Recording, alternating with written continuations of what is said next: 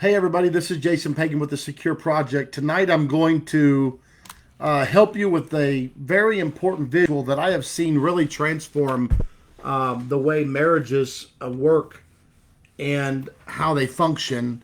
I generally do this at workshops. It's been so popular that it really has become a help to a lot of people. So I'm going to talk tonight about building a marriage culture and why most marriages actually struggle. Then I'm going to give you this blueprint that most couples never received.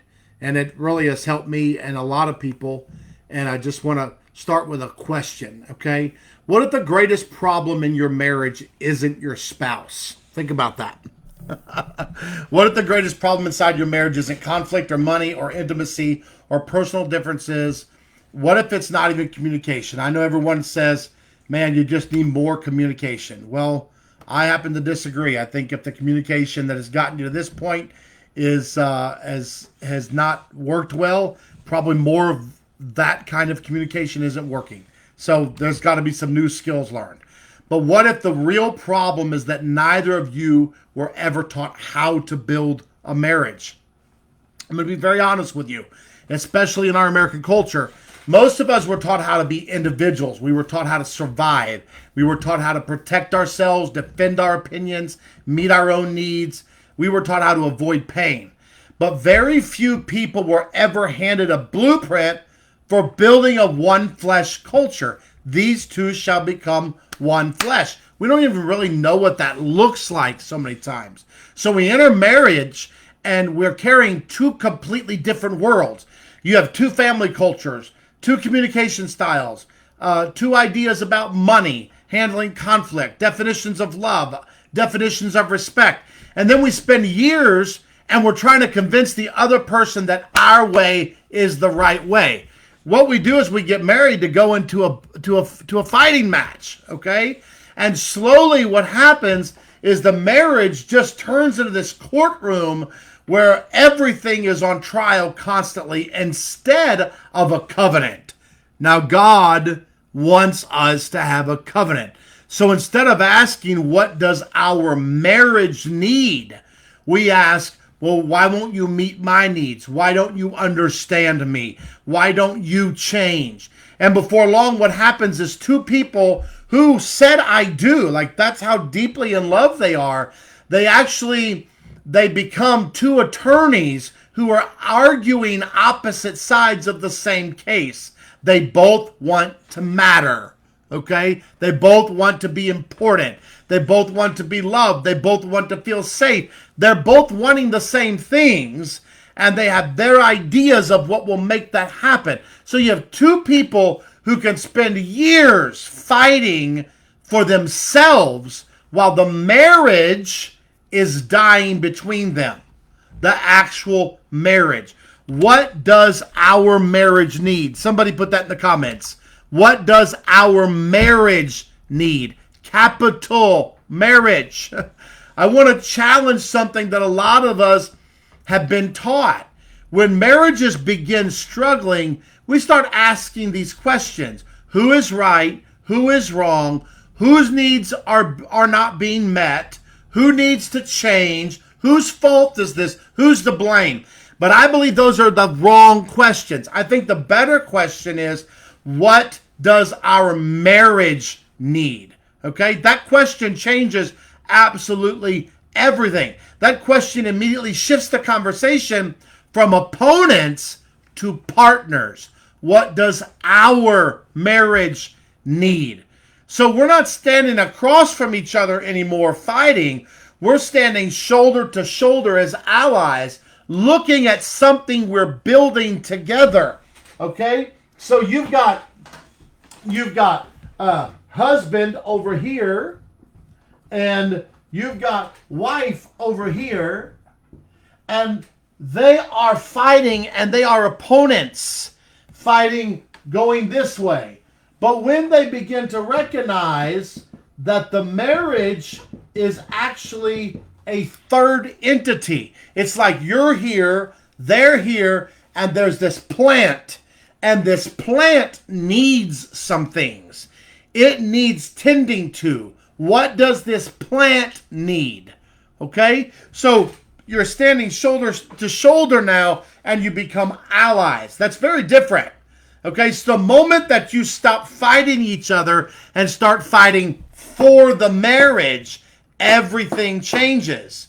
Okay? It's an incredibly powerful question. What does this marriage need? Because every marriage is completely unique. They're not similar. They're unique. Think about this. You take one husband, he's got his personality, his strengths, his weaknesses, his fears, gifting, childhood, his family culture. You've got all of that. You've got his attachment style and his temperament and his calling and his love languages, and you just name it. Okay, his communication style. Then you've got one wife over here, and this wife has a personality. She has her story, her wounds, her strengths, her weaknesses, her attachment style, her family history, her gifts, her fears, her dreams. Now put those two people together. There has never been another marriage exactly like theirs. There will never be again. So this marriage right here is as unique as the fingerprints of the two people who created it. That's why when you get generic marriage advice, a lot of times it falls short, okay? People ask me all the time, what's the best marriage book? Okay, I love good marriage books. I've read so many of them. They can provide some wisdom, some insight. They'll challenge your thinking, okay? They can introduce a lot of helpful principles, but they cannot build your marriage. Someone put in the comments, our marriage, okay? Our marriage, because they don't know your story. Those books don't know your story. They don't know what shaped you. They don't know the fears that both of you carry. They don't know your personalities, your strengths, your histories with conflict. They don't know your values, your calling. They don't know what God is uniquely building through your covenant. So a marriage book can give you some principles, but you still have to build the house. So books can give you some lumber, but they cannot build your home. So God doesn't just build marriages by formula. Think about the people that God uses throughout Scripture, okay? Did he lead them all the same way? No, he didn't. He spoke to Moses through a burning bush. Another through dreams. He used a storm. He used a donkey. Another, he spoke to him through prison. Another through a fish. Another face-to-face. Same God, but different journeys. And why is that? Because God works personally, relationally, and intentionally. So marriage is no different. He's not trying to mass produce marriages. He's shaping a covenant between two specific people. God does not manufacture marriages. He disciples couples into covenant. Okay? Every marriage has different needs. So when you read books about his needs, her needs, this, that, no, listen. Some marriages desperately need friendship. And these things change in different seasons of the marriage. So some marriages desperately need friendship. Others need honesty. Others need boundaries. One needs laughter, okay? One needs healing from betrayal. Another needs financial stewardship. Another one needs emotional safety. Another marriage needs shared vision or forgiveness, or another marriage might need rest and better conflict and to slow down. Another one may be going through something where they need to grieve or to dream again. Okay, who decides? Well, a marriage book isn't. Okay, not another couple, not social media, not your parents, not a podcast, not your friends, right? Even your favorite marriage author is not going to be able to decide what your marriage needs. The husband and the wife, in humility before God, can begin asking this question. Lord, what does our marriage need? That question invites wisdom instead of comparison. What does our marriage need? Okay? Comparison is one of marriage's greatest enemies. Catch this. Or we should be like them, or they never fight, or they pray every morning, and they homeschool, or they travel, or they have date nights every week. Well, they're affectionate, and they parent this way. No, you have to stop that because you don't know their story. You don't know their struggles. You don't know what God has called them to build.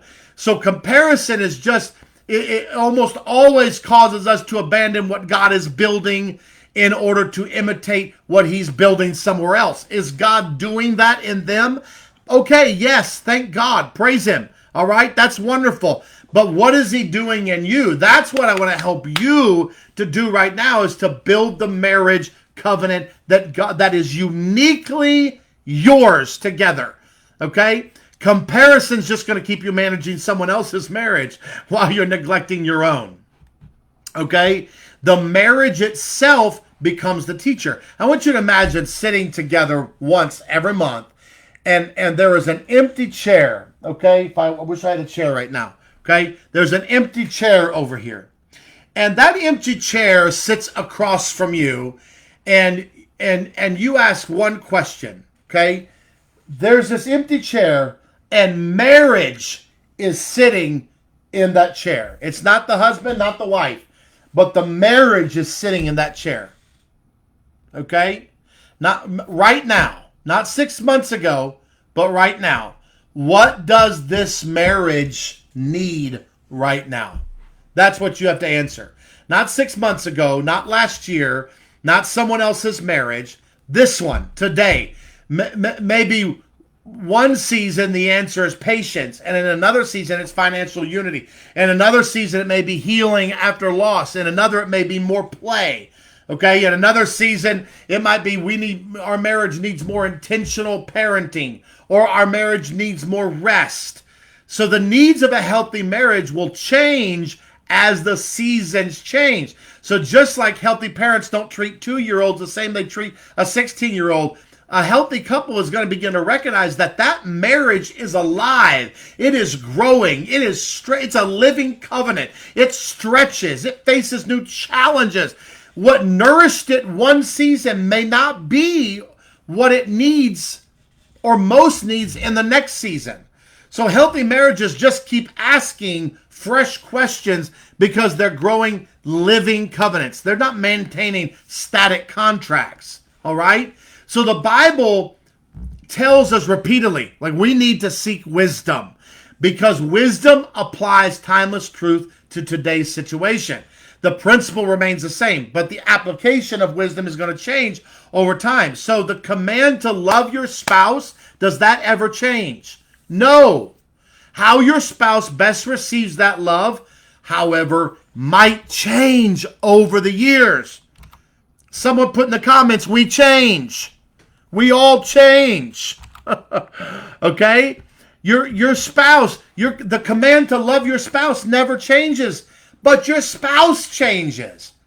Every 5 years, you're married to a different person. Well, that different person is going to have some needs that are different and some that are the same. The command to pursue unity, that never changes. But what unity requires after a miscarriage may be different than what unity requires after retirement.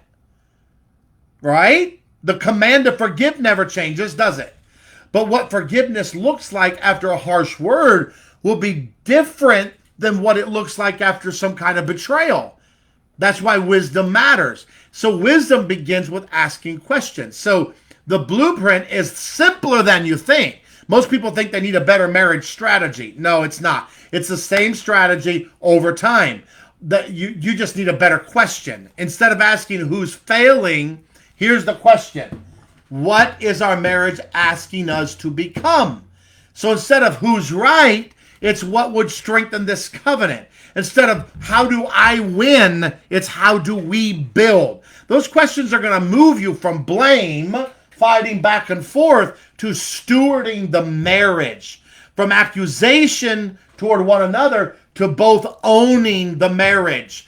From fear and living by fear to having a purpose inside the marriage. So every marriage has problems. Healthy marriages learn to ask the better questions, because you don't discover a great marriage. That's not what happens. You build one.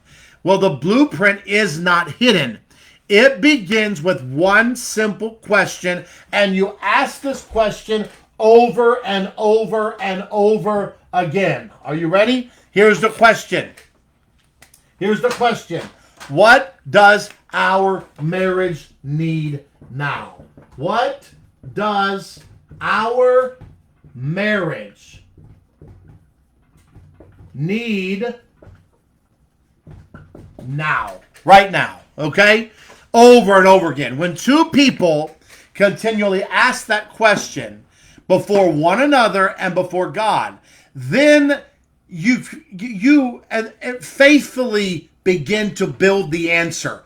They create a one flesh culture that is uniquely theirs, and it reflects Christ in every season. See, God's picture was never two separate lives. Okay? The very first marriage gives us the blueprint. Therefore shall a man leave his father and his mother and shall cleave unto his wife, and they shall be one flesh. So it doesn't say they become one personality or one opinion or one preference or one temperament. It says they become one flesh. Somebody put one flesh in the comments. Okay? Marriage creates something new. It's a new family, a new culture, a new identity. It's not his way or her way. It's our way. Marriage is not the blending of two lives. It's the creation of a third reality, okay, called us. That's what we're going for. It's a third entity called us. Okay, we are one flesh. So, to get deeper into this, let's look at this real quick. Now, we have a husband over here and we have a wife, okay? Then we have a marriage. Now, this is important, okay? This is important. Husband is important. Wife is important. But when you look at marriage, this is the relationship that almost nobody invests in. Let me explain that to you. Most couples unknowingly spend their energy right here. My feelings,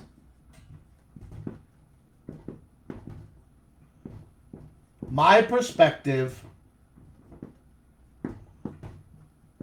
my pain,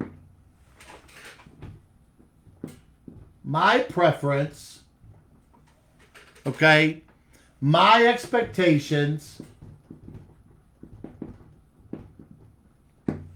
You see that? My rights,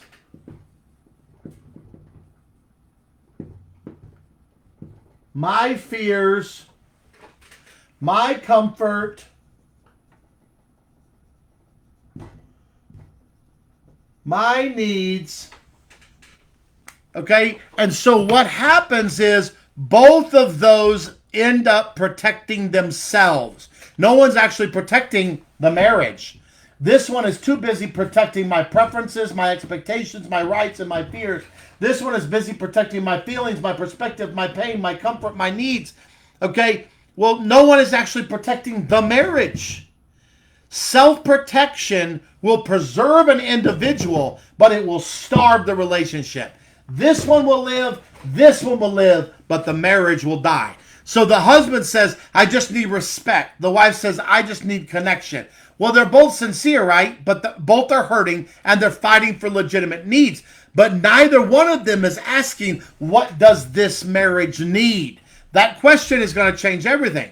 Because every one of us is walking into our marriage and we're carrying this invisible culture. Okay, how conflict was handled, how emotions were expressed, whether affection was shown or not shown, or how apologies were navigated, or whether or not they even happen, and how money creates fear, and whether or not it creates fear, and whether vulnerability is safe. So without realizing it, we're going to spend years defending the culture we inherited. If this is helping you right now, share it real quick, okay? Most marriage conflict is not between two enemies. It's between two family cultures. I have a family culture, and we're bringing that in. God never intended for your marriage to become a battleground between two family cultures. He intended you to create a new culture together, okay? Two are better than one. Isn't that what Solomon said?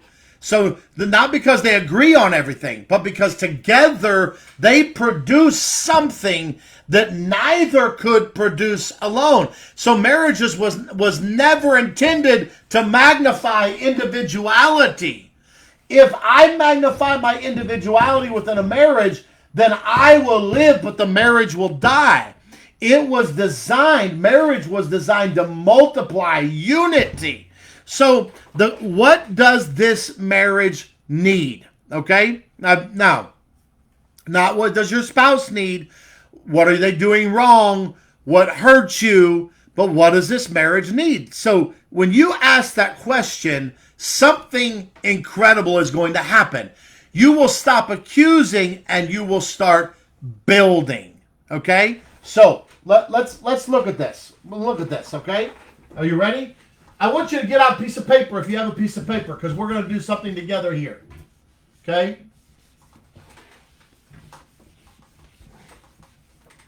I want you to get out a piece of paper, and I want you to draw a line down the middle of the piece of paper.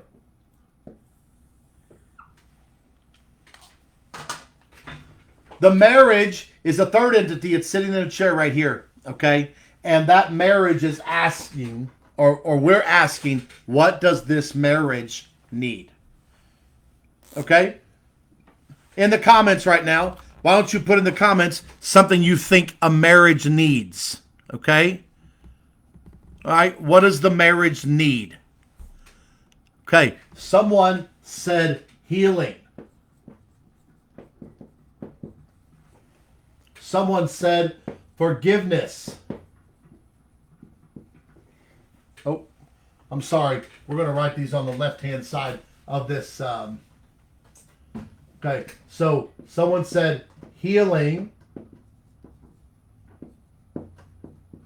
Someone said forgiveness. All right. Someone said,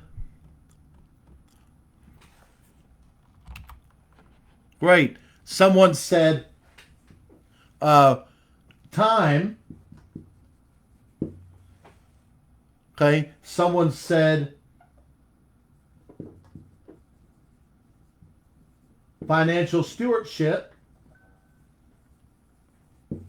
That's great. Okay. Someone said not taking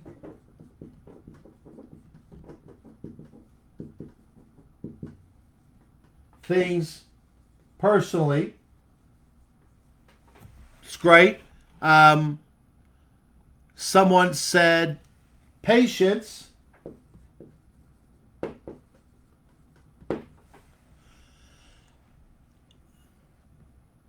Someone said partnership. Okay, we'll stop there. Okay, this is what my marriage needs. Now, I want you to notice something. None of those answers were he needs this or she needs that. You see it? None of these say he needs, she needs. You're now answering the question, what does the marriage need?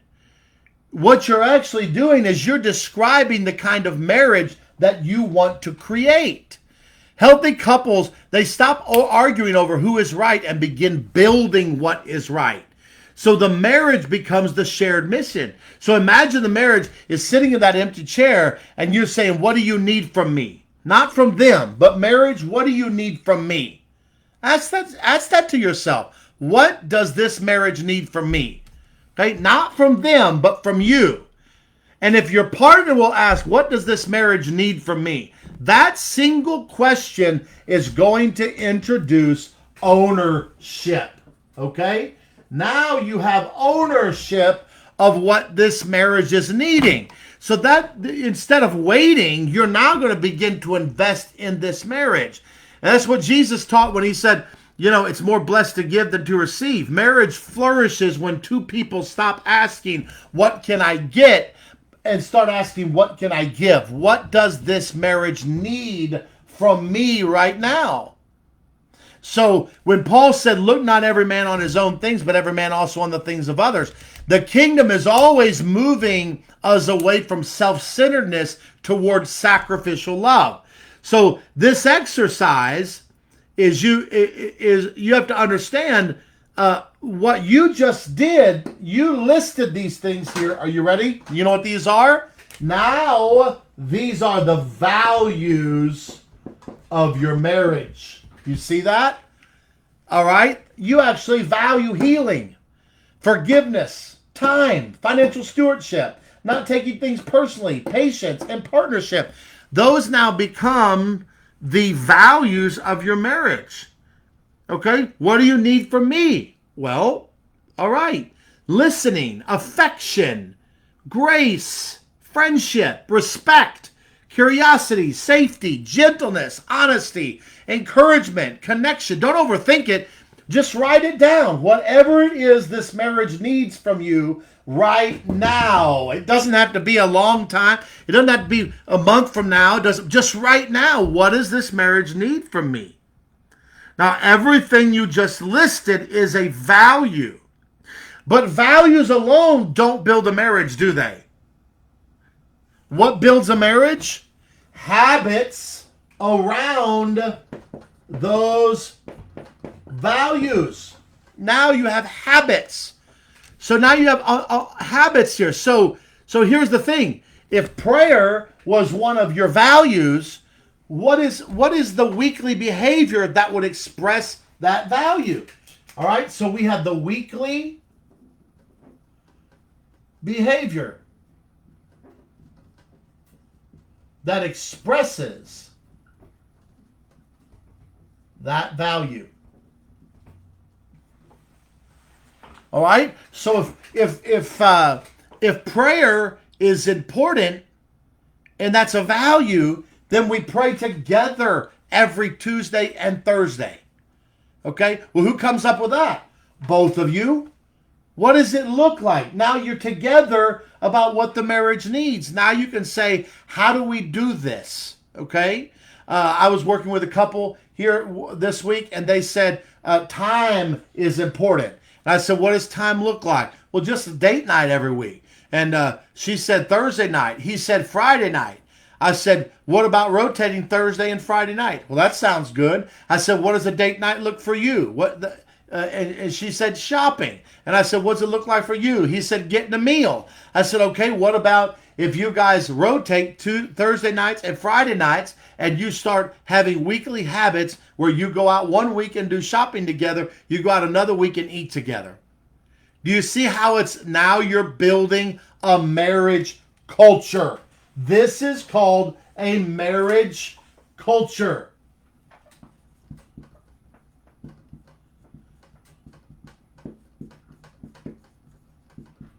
No one's right, no one's wrong. You have an agreement. So if trust is important, okay, well, what is the habit? Okay, we'll tell the truth immediately. If connection is important, what is the habit? Okay, one uninterrupted 1 hour every couple days. Okay, if gratitude is what is needed, okay, well then we started the gratitude journal and we sit it on the counter in the bathroom, and while we're in the bathroom, we think of one thing we're grateful for. That becomes our habit.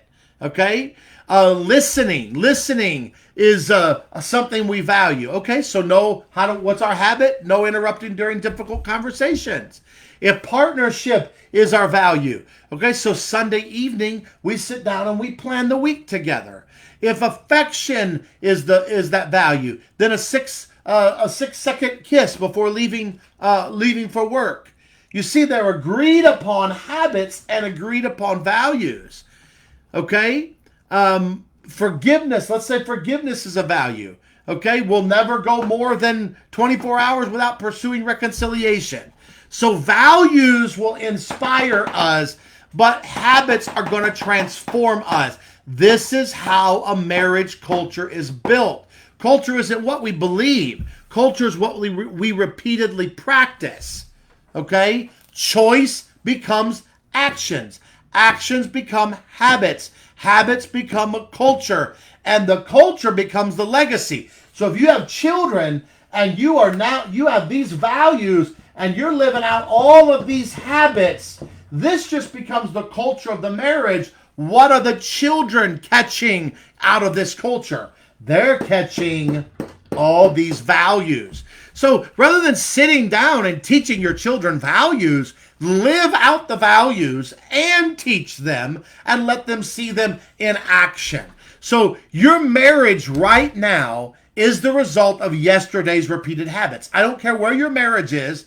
It is the result of yesterday's repeated habits. You have certain values and you have certain habits. But your values may be individual and your habits individual. Well, if he has his values and habits, she has her values and habits, then they live separate lives called roommates, and now they don't have a marriage culture. Your marriage tomorrow is going to be shaped by the habits you begin practicing today. Love is more than a feeling, okay? Paul did not define love as emotion. When you look at 1 Corinthians 13, he says, love suffers long, action. Love is kind, action. Love seeketh not her own, action. Love beareth all things, action. Love endures all things, action. So every description is something you can observe. Love isn't merely something you feel, it's something your spouse experiences. Okay? I'm helping you to get more experiences. What are you going to experience every time forgiveness is in operation, or quality time is functioning, or we're not taking things personally, or partnership is happening? You're going to experience within the marriage powerful emotional experiences that are going to shape the way you do life. So feelings may start a marriage, but repeated love builds a marriage. Okay? Imagine if your marriage intentionally practiced love and joy and peace and long-suffering and gentleness and goodness and faith. What if you just took the fruit of the Spirit and made them your values? Now, I'm not asking you to do that, but I want you to imagine with me. If those were your values, love and joy and peace and long-suffering and goodness and meekness and temperance, if that was happening and you said these are the habits of how we're going to carry out those values in an observable way, repeatedly over time, what do you think is going to happen? Those aren't just spiritual qualities. They will become the atmosphere of your home. So the fruit of the Spirit isn't just personal maturity, is it? It's a relational culture. That's what you're creating, is a relational culture.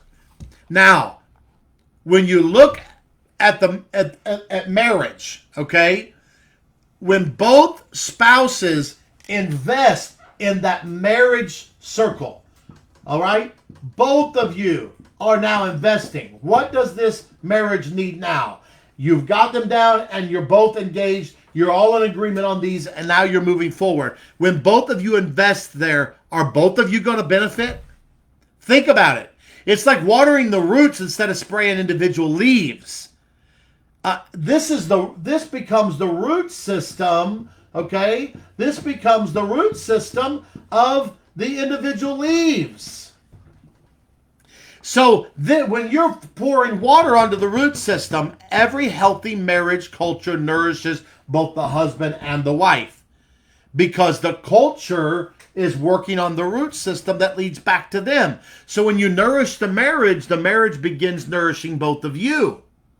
If you don't have a culture, you're going to find yourself having one giver and one receiver, or one avoidant and one anxious.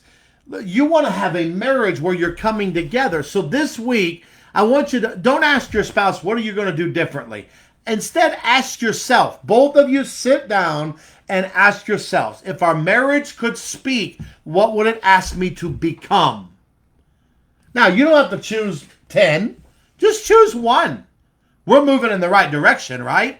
Turn that one thing into one weekly habit and practice that faithfully. And next week, do it again. Because marriages aren't transformed by inspiration. They're transformed by they're not even transformed by agreement. They're not transformed by one emotional weekend. Okay? They're transformed when two ordinary people repeatedly choose extraordinary love. One habit, 1 week. One investment at a time, okay? And over time, those repeated habits, they're going to become the culture of your marriage.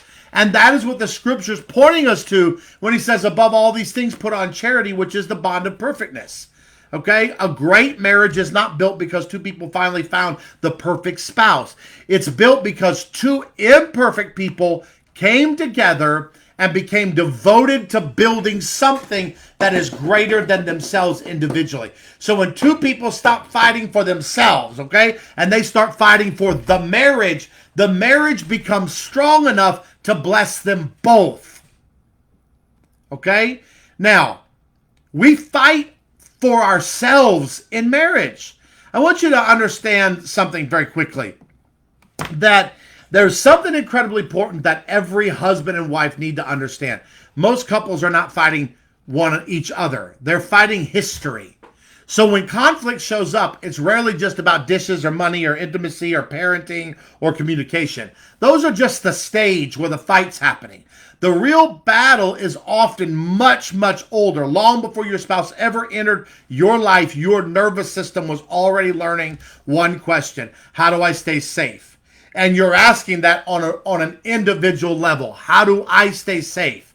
Well, then you get inside of a marriage and you keep asking that question. How do I stay safe? And that's the question that shaped every single one that's watching this video right now. Not because you're weak, but because and you're not broken, right? It's just that God designed us to adapt to our environments. So as children, we learn how to survive before we ever learn how to thrive. We're trying to ask the question, how do I stay safe?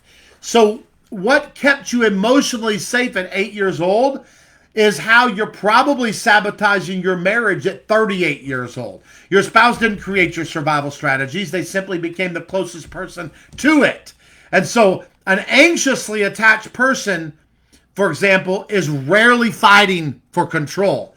They're wanting connection and reassurance and certainty. So underneath the statements like, you never listen, or you don't care, or why won't you talk to me? Tell me what's wrong, is a frightened little child that's asking one question: am I still important to you? Because somewhere in their history, they learned that connection could disappear. So love could become inconsistent, and affection could be withdrawn, and people could leave emotionally or even physically. So now when they sense any kind of distance, their nervous system doesn't just notice it, it interprets it as danger. And because the nervous system is trying to keep them safe, it pushes them toward the very person they fear losing. And it's not because they're trying to manipulate you, it's because they're trying to survive. So to the anxious heart, distance feels uncomfortable. It feels dangerous. So they turn into Pac-Man and start chomp, chomp, chomp, and they pursue, and they ask again, and they explore, or they explain more, they protest, they cry, they become louder. It's not because they want conflict. It's because somewhere deep inside, silence once meant loss for them. Okay? Now, you have the other side of that, which is the avoidant spouse. The avoidant is the one who experiences something very different. Growing up, emotional needs were not welcomed.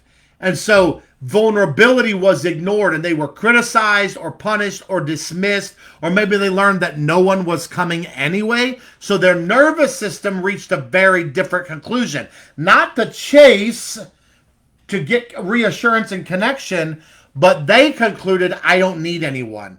And if I don't need anyone, no one can hurt me. So they learn to self-contain, self-soothe, solve problems alone, keep their emotions locked away. Not because they don't love, they do love, but because needing people once felt dangerous. So now when these conflicts come up, their nervous system says, get out of here, flee, get out, or freeze. Even worse, become quiet, figure it out alone, create space.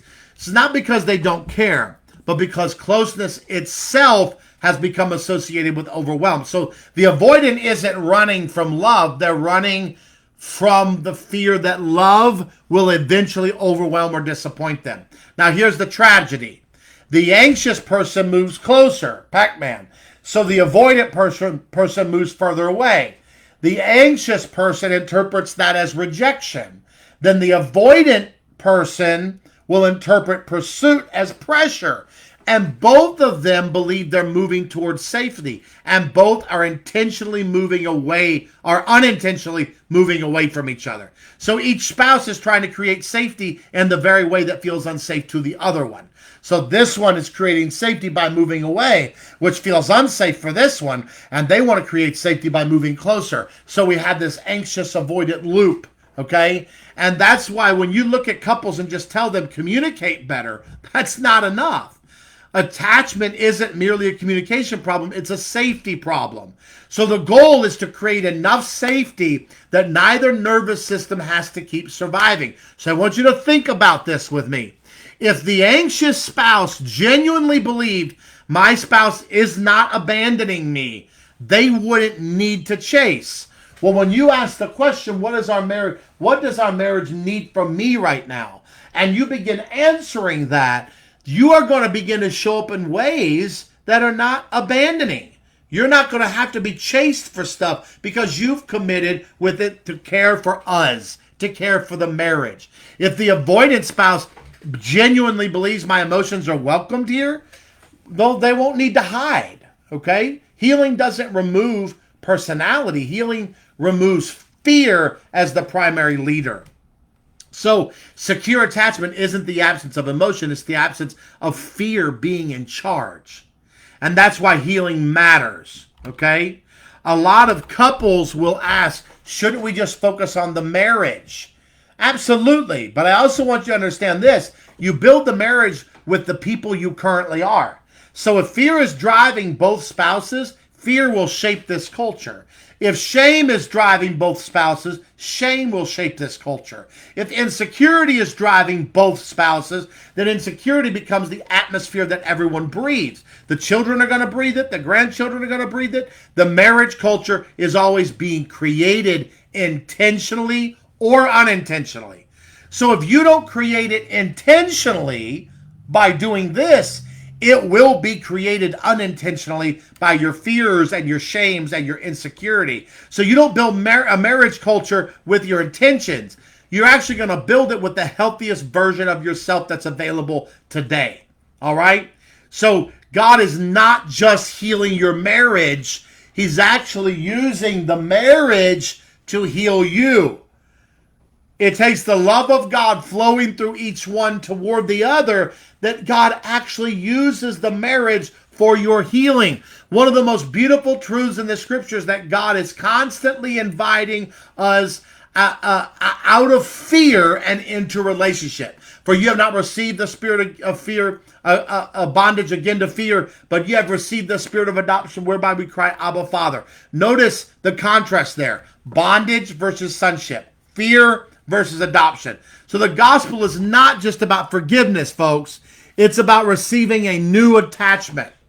God doesn't just save us. He adopts us, and then he teaches us what secure love actually looks like in our relationship with him, and then flowing through us in our relationship toward one another. So there is no fear in love, and that perfect love casts out all fear. It doesn't just say love ignores fear. It says it drives fear out. Over time, repeatedly, faithfully. So the Lord always is creating safety before he creates transformation. He'll welcome you. He'll listen. He'll pursue. He'll restore. He corrects without rejection. He speaks truth without abandoning people. He embodies grace and truth. That is what secure attachment is. So Jesus never manipulated people into transformation. He loved them into it. So when your identity becomes rooted in Christ, you no longer need your spouse to become your source of worth.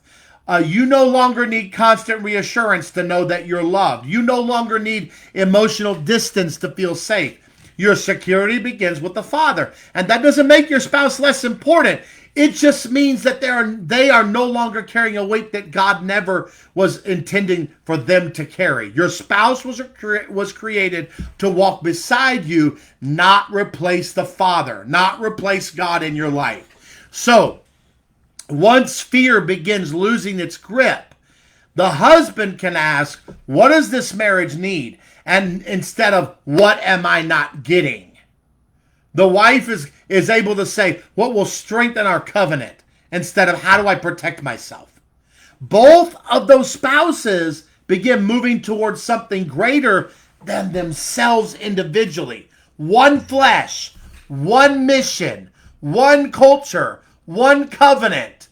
Imagine with me a marriage where both people intentionally build a culture of safety and truth and grace and honesty and repentance and forgiveness and curiosity and affection and prayer and teamwork and humility and celebration and presence. Is that going to happen accidentally? No. It's built one habit, one conversation at a time, one act of love at a time, through asking this question, what does our marriage need right now? What does it need from me? Now, what does it need from me? Healthy marriages are not found. I just married the wrong person. No, healthy marriages are not found. They're formed. So maybe as you've listened today, you've realized I finally understand why we keep having the same fight, or I recognize myself in the anxious cycle, or I've spent years withdrawing without realizing why. I want you to hear this because understanding's only beginning. It's not the finish line. Insight creates awareness. Practice creates transformation. Okay? Repetition over time creates a marriage culture. It creates transformation inside the marriage. Healing happens as you learn to recognize your patterns, understand the stories behind them, bring them before Christ who is in you, increase your emotional capacity, and intentionally begin to practice the ways of relating until they become your new normal. You don't have to figure that journey out alone, okay? So I have had the privilege of walking with many individuals and couples as they untangle all these patterns and build values and habits and a marriage culture. All right? I understand. I help them to understand why they developed those things. I help them to build practical Christ-centered habits that will create secure attachment and a healthy one flesh marriage culture. So together we can identify what's actually driving conflict, creating personalized roadmap for growth, turn biblical values into these daily practices that change the atmosphere of the home, because every marriage is different. The plan should be different too. So if that's something you'd like help with, I'd be honored to walk alongside of you. Okay, not to take sides, obviously, but to decide that the Lord can help you. Not to decide who's right and who's wrong, but to help both of you become healthier people who know how to build a healthier marriage. That's the goal. Not simply fewer arguments or better communication. That's so vague. But becoming the kind of husband and wife who reflect Christ to one another as you're building your covenant and your marriage together. Your marriage will only be as secure as the people building it. Okay? So Christ has to be the source because he is the first source of security inside of your relationship. So healing is not about becoming less emotional. It's about becoming less governed by fear and the emotions that come up. And secure attachment is not the destination. Christ's likeness is the destination. So secure attachment simply removes many of those barriers that has kept us from loving God, loving ourselves, and loving others the way that he intended. So God's design was never for two people fighting for survival under the same roof. His design was two secure sons and daughters building one covenant, one culture, and one flesh together. I want to thank you for joining me this afternoon. If this has helped you, if you would do me a favor and share this, I pray it was a blessing to you. And give me some feedback on how it works for you. God bless you and have a great night.